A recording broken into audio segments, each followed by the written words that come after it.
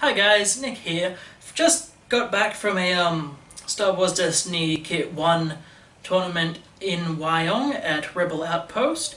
It was a long day. We had, I think, 12, 13 players, 6 tables with 1 buy, so yeah, 12, 13 players it was.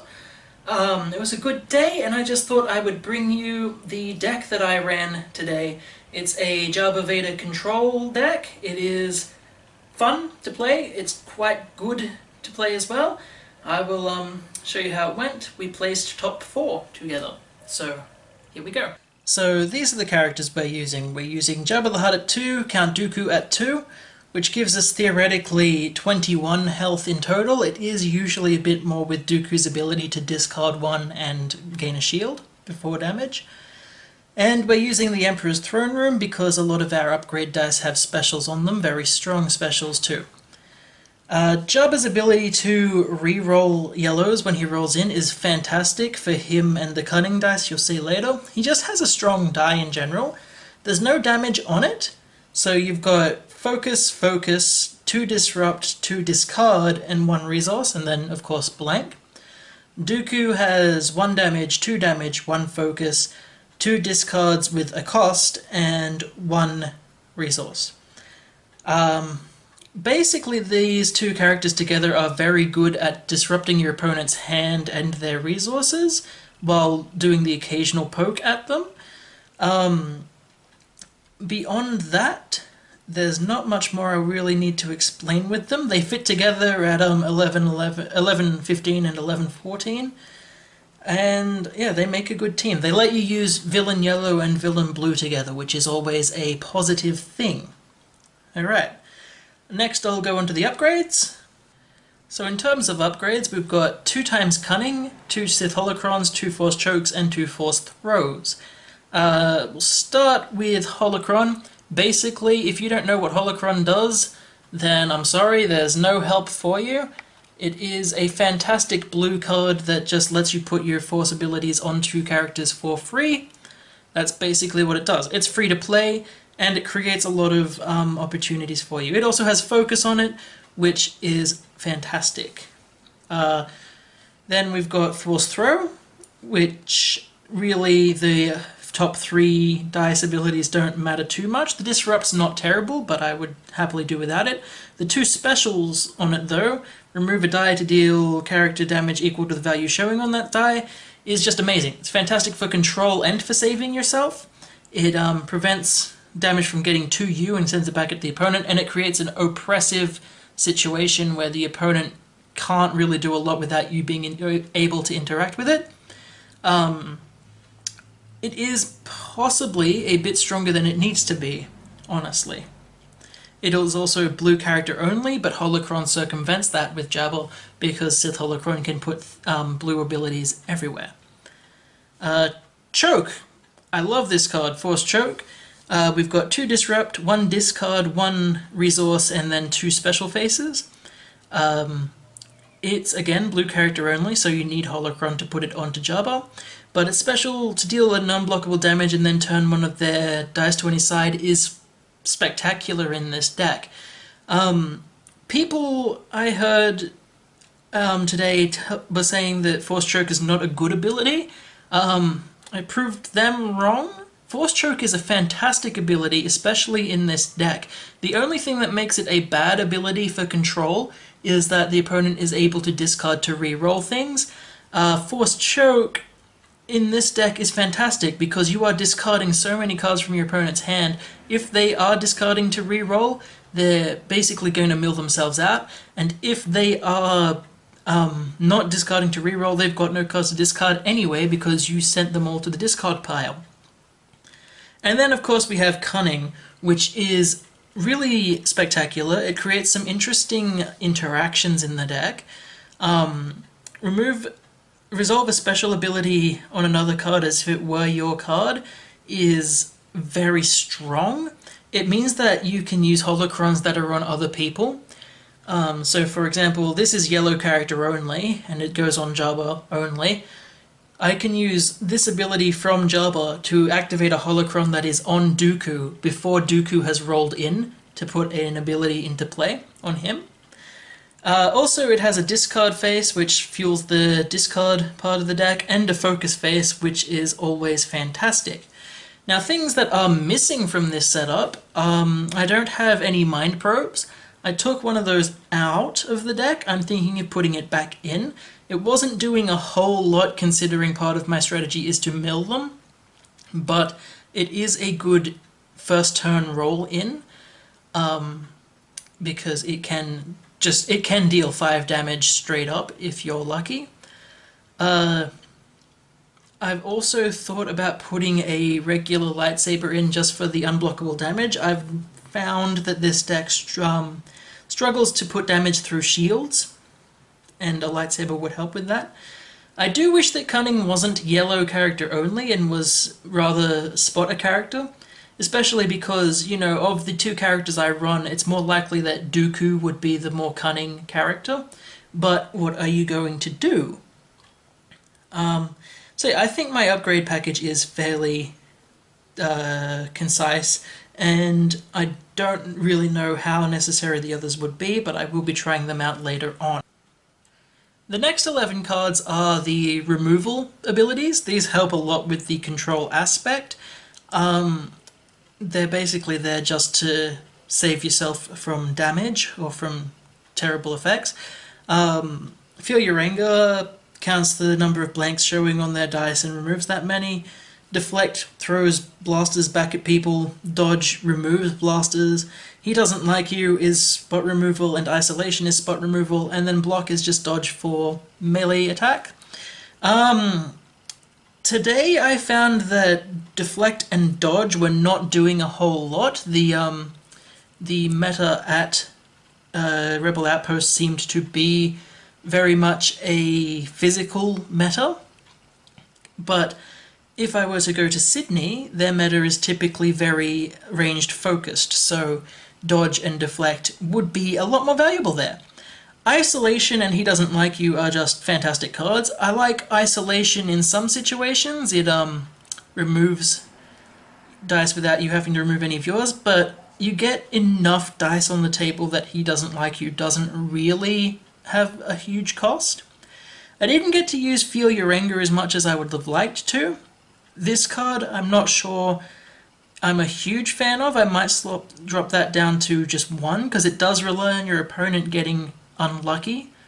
And I thought I was running at 2 blocks, but it turns out I'm only running at 1. I think I might have to pop the block count up by 1, maybe. Although I do find that decks that are running a lot of melee damage tend to do more damage through specials anyway, so block might just stay there how it is. That's the removal in a nutshell.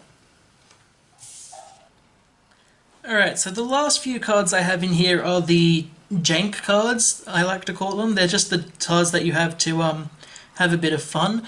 By the way, I'm not using this side of the mat for filming because it gets too much glare off of the light. So I'll move that one over there and suddenly you can't see it anymore. So I'm just going to use this side. Next time I'm doing a report like this, I will find a better lit place to do it. So my kind of scum, theoretically, would get me lots of resources out of the disrupt I have, but I didn't get to use it, so I'm probably going to lose that. Boundless Ambition is a fun little card. It's something that I would like to use a bit more. The idea of it is basically when you put your holocrons on but you've got nothing that you can use holocron with in your hand, you Boundless Ambition to draw into new things.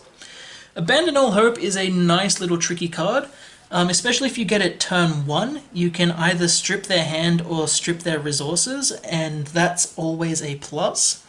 I only run it at 1 because sometimes it is easy to not be affected by it. For example, you could have no resources and you just go, well, I'll lose those, or you could have no hand and you just go, well, I'll lose. It is a bit expensive for 2 cost. Like, if you're using Abandon All Hope, you're not using any resources in your turn. This deck, by the way, does not keep resources very well. It spends them pretty quickly to get a lot of cool things happening. Power of the Force, though, is a fantastic card. I love this card. Resolve one of your dice treating its value as equal to the number of blue upgrades you have in play. There was maybe one time where I wished it said add that value to the current value, but otherwise it's fantastic. We have 6 potential blue upgrades in the deck, and more if I add the changes I was going to add. And resolving any of the dice results we have at more than what they are is fantastic. If you have a focus in play, you can Power of the Force it into potentially 6 focuses instead of just 1. If you have a discard effect, you can Power of the Force that discard into them milling their whole hand just off of 1 resource. If you have an attack in play, for example, you can use that.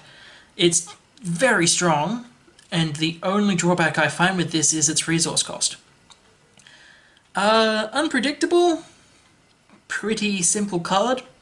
You know what it does. It's an ambush card with reroll a die. It can swing turns, or it could just not do anything. I've found that it's not doing a whole lot here, but I think it's too valuable to drop down to 0. There's a reason I only run it at 1 though, and that is because it does tend to be the last card I want to play. All In! Let's talk about this card. All In is just amazing. It's a fantastic card. It lets you resolve all your dice in the order you want. In a deck like this one that has so much focus in it, this is a brilliant card. It basically turns all of your focuses into ambush. Lets you go, oh, I've got focus, focus, focus, X, X, X, X, X. Let's turn all of these into their whatever I want, and then throw them at my opponent. I love this card. Nothing more to say about it. There's a reason it's at 2. Enrage is a card that is coming out of the deck. I know I said that I don't gain a whole lot of resources. This card, I've never played it. I've not once played it. I feel like it could be anything else. It's not grand. And then we have 2 Lying in Wait. Now this card is interesting because you do tend to have enough discard power to wipe them anyway, but this card gains a lot of value in turns where you don't get your discard rolls, in turns where you want to do other things with them. You just wait for this to be the last card in your hand, then you play it and your opponent loses their whole hand. It's also a very good card to hold until the end of the game where they have no cards in deck and X cards in hand. They will stop discarding their cards so they don't lose by a mill. You can generally just play your cards until this is the last thing in your hand, have them wait their turn, and then go Lying in Wait, discard all your cards, I win. In fact, there was a turn today where I had an all-in, I think it was an Enrage, it was either Enraged or Deflect, and Lying in Wait in my hand. The opponent had 3 cards in hand, no cards in deck, and I had 2 specials on the board. Now I used All In to activate those specials to make it easier to lose my hand, and someone said, well, why did you do that? You didn't need to. I went, well, there's a plan.